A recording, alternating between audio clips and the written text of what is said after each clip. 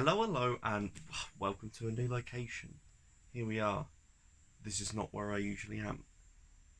And there was a hissing noise. I'm at Grace's, evidently, visiting lovely Jubbly. She came to visit me, then I've come here. That's all I have to say, because we're here for another reason. We're here to talk about the books that I finished. Me. This person right here, in the month of July. Right? No. In the month of August. Yes. These are the books I finished in the month of... What month are we in? Oh my god. These are the books I finished in the month of August. Sorry. The reason I'm getting confused is because some of these I started the month before. It's all very confusing now. If you do enjoy, maybe think about liking, maybe think about subscribing. The Patreon is now a thing. First off, I'm going to put this in here. Thank you so much to everyone that has joined the Patreon. It's been wonderful. Absolutely adore you all. We have decided on our Patreon buddy read, which is starting, evidently, at the start of September, which is the 5th season by M.K. Jemisin. So, if for some reason you're like, man, I wasn't thinking about fucking joining this shit, but now that he's reading N.K. Jemisin, maybe I will. I'll put that in there. There you go. But, back to the reason we're here. The books that I read. There are 3 to get out the way here. 3 to get out of the way here because I've already reviewed them on the channel. And that was in my Daniel Green review, where I went through the favourite books that he recommended to me, and I reviewed them. Not going to go into detail, just going to blast through all 3 of these. The first one I actually read right before the end of July. Right before the end of July, but I don't think I put a review out in terms of, like, it wasn't in the wrap-up. And so that was All Systems Red, the first Murderbot Diaries book, which was super short, super sweet, fantastic world building, fantastic character work, and I really felt connected to the anxiety-ridden robot that is Murderbot. I think they are a fantastic character, very interesting world, experimental in terms of how it's just non-apologetically going places, and so very, very excited to continue with that. The next one is Flowers for Algernon. Flowers for Algernon is a new favourite in terms of writing. There are flaws to the book. I don't think it's perfect, but in terms of a unique and interesting writing style, the progression of this book being about someone who has a low IQ, who has an experimental procedure that then slowly increases their intelligence, the relationship between intellectual intelligence and experience and emotional intelligence, the relationships there, the relationships between actual relationships, and also just the progression of intelligence, the writing style of having someone who has no concept of how to properly write. They are misspelling, they have grammatical errors, and then as the intelligence grows, you start adding and fixing grammar, you start adding punctuation, you start formulating actual sentences, and then you add in concepts like metaphors and imagery and symbolism, and it slowly develops as their intelligence grows, and I thought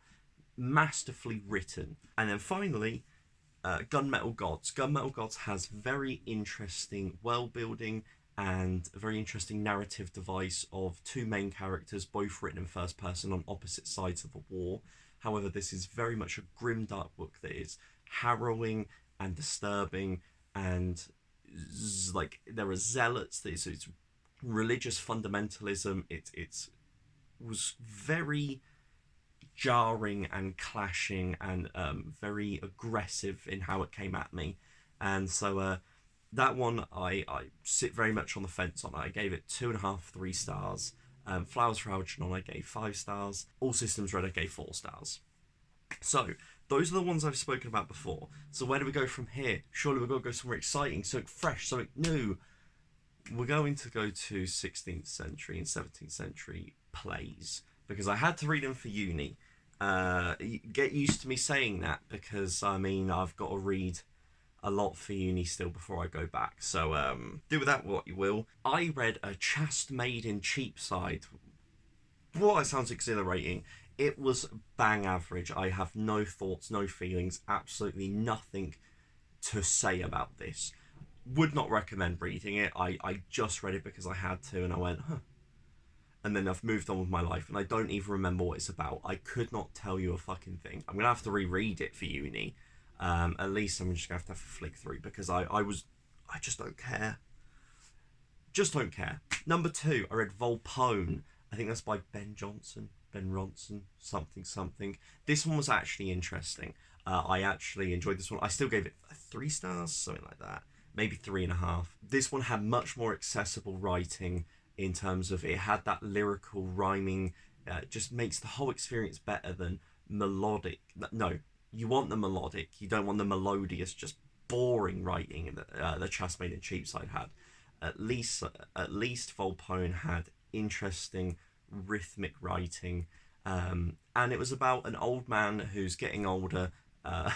He's even older than he was already old, and he's noticed that there are hangers on. There are people that keep on coming to him because they know that he's going to die, and they know he has a lot of money, and he's going to have to leave that money somewhere. And so he decides to see how far people will go. How far will people go? How much will they give? How far will they go against their inner self-respect, their view of what should be, their view of society? How far will they breach that and step over the line in terms of getting his money at the end of it? And so I was fully on board, and then about 70% of the way through, things got a bit muddy, things got very weird. It played a lot with I don't quite know how to describe it without going into spoilers, but views of women got very muddy, and I was on board beforehand, because I'm all for having these awful middle class people trying to grime their way up and revealing themselves for degenerates. Working class people love that shit. And so I was on board, and then it lost me. Overall, it sits averagely. So after that, we need saving. We need something to save us from how's it pronounced? Jacobean goddamn plays. We need something that's going to save me from the abyss. And that came in the form of my choice for the Discord buddy read. Finally, after all this time, I was accused of matchmaking when I won. And it would be fairly lame if it took me 8 months to rig my own system. So it came round to me, and I chose Going Postal by Terry Pratchett. This is a reread for me. I absolutely adore Terry Pratchett. I absolutely adore Discworld. Everyone knows that about me now if you've watched this channel. Going Postal, after a reread, is still my favourite Terry Pratchett book, and is still this is where you should start. And I'm going to use evidence to back this up. Esme from the Discord, she did not enjoy Guards, often cited as the place to start. I have seen a lot of people, the other one is Mort, everyone says you start with Mort. I've seen a lot of people read Mort and not get along with it. Every single person that read Going Postal has said it is one of their new favourites. Or at least, in terms of Terry Pratchett, is their new favourites, I mean. What more can I say? This has a far straighter narrative, a more conventional narrative, in the sense that it has actual chapters. It's not just cutting between everything. This has a traditional hero's journey, which is subverted by the fact that Moist von Litvig is a bad person. So the idea is that Moist von Litvig is like a con artist. He is someone that has gone round and mess with people. He steals, he tricks people. He never feels like he's bad, because people can recover from that. They don't die. He's not murdering people, etc. He is just allowing people to have themselves tricked because they want to be. And so when we start the book, he is about to be hanged. He's been caught and he's about to be hanged. And instead, he's given the option of taking over the dilapidated and decrepit post office and making it work again. And so it's a traditional underdog story, in the sense that Moist von Litvig, we want him to get better. We want him to be a better person. We want the post office to work, because you feel that the people working at the post office are so heartfelt and so endearing, and you can't help but fall in love with them. Has a great background cast in this book, an actual romance that I think works well, Sometimes in Discworld the romance can be a bit whatever. This one I'm like, oh, this is a great romance in this book. The humour slaps so hard. I mean, the first sentence of the book, once you actually go into it, is they say that the prospect of being hanged in the morning concentrates a man's mind wonderfully. Unfortunately, what the mind inevitably concentrates on is that it's in a body that, in the morning, is going to be hanged. How is that not an immaculate first sentence? Like that, as soon as I read that the first time, I was like, I am so in, I'm in love with it. Terry Pratchett, 10 out of 10, absolutely love the man. Next up, in my continuing series of reading BookTuber's favourite books, I'm going to do a little hoopla. The next one is Kieran from KD Books. And as a result, I asked him for 3 books, just 3. Remember that, for when I say that I have read technically 4 novels and 6 plays for his answer. So if you're wondering what took up all my reading space in July, is Kieran. The guy took an assignment and added on so much extra credit, it's unreal. Even one of the books was laborious enough to take up half the month's reading, let alone 6 extra plays and 3 novels. Can't go through them yet. It's going to be in the actual dedicated review, but it's fair to say Kieran has what's the word? Taste. I really enjoyed all of them. I'm excited to make the video and go into all of them individually. It's Women in Translation Month. Not anymore, but it was. And I was struggling. Because of Kieran's books. I was really struggling to fit one in. And then I saw Mackenzie Kate. I apologise if I've said that wrong. I saw a video and they were talking about Women in Translation Month. Like, I've watched a few. I watched Books of Brittany and everyone talk about it. And I just watched this particular one and they were talking about Elena Ferrante. And it was a super short book, seemed interesting, from a country that I have not actually read any translation from, being Italy. And I thought, why not? I'll give it a go. And so I bought The Lost Daughter by Elena Ferrante and was pleasantly surprised. The whole idea is that the main character, their daughters have moved away. They've moved to Canada from Italy. So the main character is alone. They now live alone and they feel freed.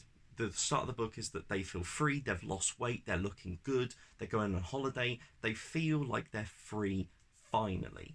And then as the book goes along, it slowly unravels this relationship with her children and how she views herself and the action she's taken.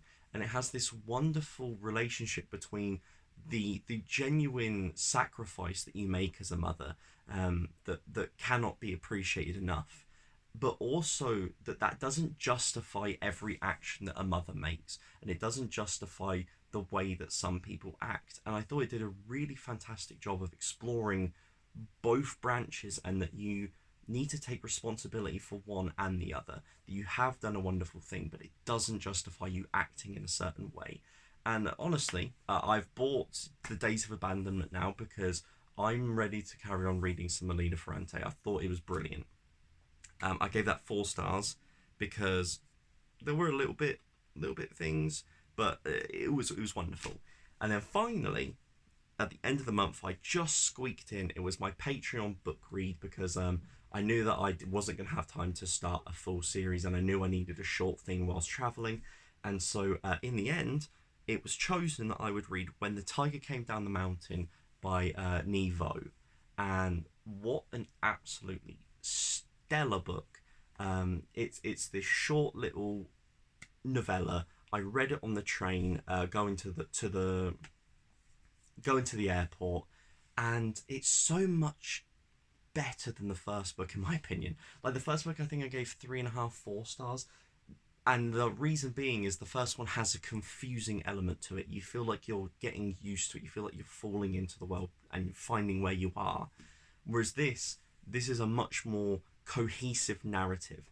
And basically it's just following Chi, who is a cleric who has travelled to this place, and they are collecting another story. That's the whole thing that they do, is they just collect stories, note them down so memory can be preserved. And in this we find that the tigers, you're not going to believe this, they've come down the fucking mountain. We find that the main character, Chi, and a character with them, Siyu, I believe their name is, they are confronted by 3 tigers, one of them that can transform into a human. And so there is a standoff here where Chi and Siyu are waiting for some people to come help them. What happens is they start comparing accounts of the story. The tigers start heckling and adding in and retelling the story, pointing out errors. And it's not that one side's right and one side's wrong. It's just the natural perceivement to put what is your standing character in the right place or in the protagonist's place, and who has the power, what is happening.